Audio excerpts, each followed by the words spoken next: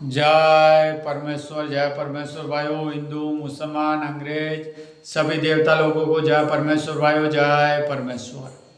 तो भाइयों, साधन उपदास महाराज लिखी किताब जगत हित करनी। तो भाइयों, यह जगत हित करनी किताब साधन उपदास महाराज ने तमाम जान के बच्चे बचने के वास्ते बनाई है। तो भाइयों, हिंदू मुसलमान अंग्रेज सभी भाइयों से अर्ज है, यह किताब जगत हित करनी एक बार जरूर पढ़े। तो भाइयों, आज पेज नंबर 212 से पढ़ करके सुनाते। तो भाइयों, हिंदू मुसलमान अंग्रेज साधु संत पंडित फकीर राजा महाराजा और सातों आठों विलायतों के राजा बादशाह व रैयत सबके आगे हाथ जोड़ करके अर्ज करते, यह किताब जगत हित करनी एक बार जरूर पढ़े और पढ़ करके इंसाफ करे।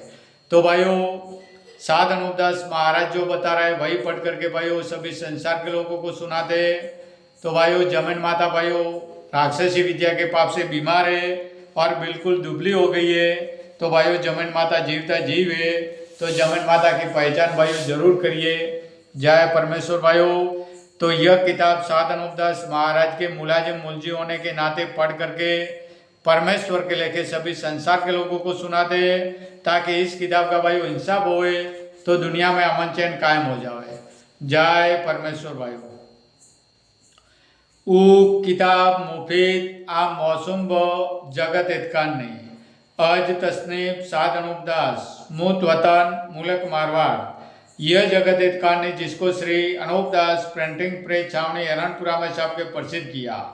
तारीख 17 अप्रैल सन 1909 जा वैशाख वधी 12 सम्मत 1965। जय परमेश्वर भाइयों। Page number 212। अंदर राजा भोज अपने जीव को ले गए थे। उस तोते को किसी पातर ने या किसी और जात ने पकड़ लिया था। सो जिस जात के घर में तोता था उससे तोते ने कहा कि मैं राजा भोज हूँ और मैं अपनी खोली छोड़ के तोते की खोली में आ गया और मेरी खोली में बोलिया धोबी घुस गया। सो वो राजा बन बैठा, परंतु राजा मैं हूँ, क्योंकि मैं और धोबी बोलिया 14वीं और 15वीं विद्या और 16वीं कला सीखने को गोरखनाथ जी के पास गए थे। सो उसने भी सुन के सीख लिया। इससे बोलिया धोबी मेरे से दगा करके मेरी खोली में घुस गया। सो इसकी खबर तुम मेरी पटरानी को दो कि जो बोलिया धोबी को अपने पास नहीं आने देती है। उससे कहो कि तुम्हारा राजा तोते की खोली में है, सो वो मेरे मकान पर है। सो उसने पटरानी को खबर दी।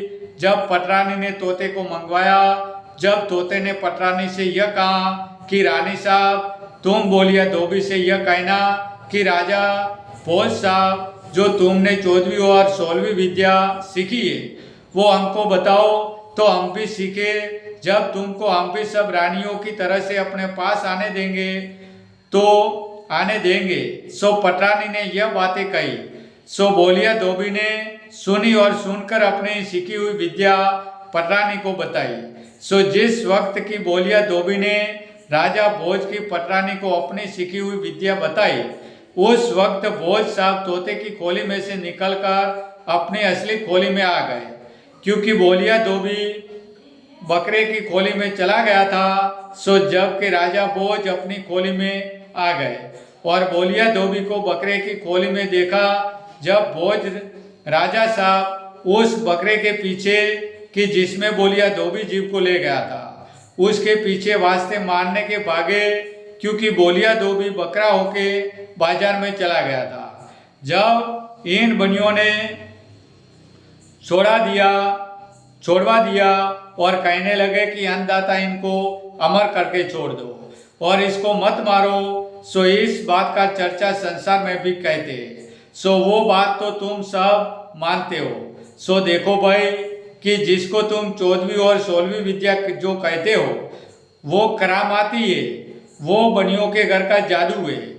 परंतु इन बनियों ने अपने गुप्ती पाप को प्रकट न होने के लिए तरह तरह के किस्सा चला दिए कि जिससे राजा बादशाह और साधु फकीर और रैयत भूली हुई है। अगर कोई समझेगा तो भी हम